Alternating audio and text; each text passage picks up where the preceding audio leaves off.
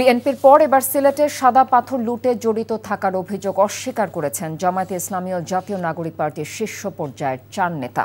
গতকাল বন্দরবাজার এলাকায় জামায়াতের মহানগর কার্যালয়ের সংবাদ সম্মেলনে বলা হয়, প্রকৃত অপরাধীদের আড়াল করতে ষড়যন্ত্রমূলক জামায়াত নেতাদের নিয়ে অপপ্রচার চলছে। এ সময় মহানগর জামায়াতের আমির মোহাম্মদ ফখরুল ইসলাম সহ অন্যান্যরা উপস্থিত ছিলেন।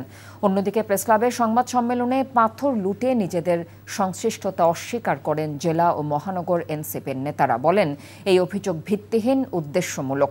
এর আগে বুধবার পাথর লুটের অভিযোগ অস্বীকার করে সংবাদ সম্মেলন করেন মহানগর বিএনপি। 13 অগস্ট পাথর লুটের ঘটনাস্থলে অভিযান চালায় দুদকের 5 সদস্যের এনফোর্সমেন্ট দল। তারা ফিরে ঢাকায় কমিশনে প্রতিবেদন পাঠায়। এতে উল্লেখ করা হয়, সাদা পাথর লুটে প্রত্যক্ষ পরোক্ষভাবে 42 জন রাজনীতিবিদ ও প্রভাবশালী ব্যক্তির সংশ্লিষ্টতার প্রমাণ পাওয়া গেছে। তালিকায় বিএনপি, জামায়াত, এনসিপি ও আওয়ামী লীগের নেতাকর্মীরাও আছেন। বান্ডেল থাকলে প্রতি সেনমানিতে টাকা বাঁচবে। বিকাশ সেনমানি বান্ডেল কিনে জিতুন প্রতি লেনদেনে।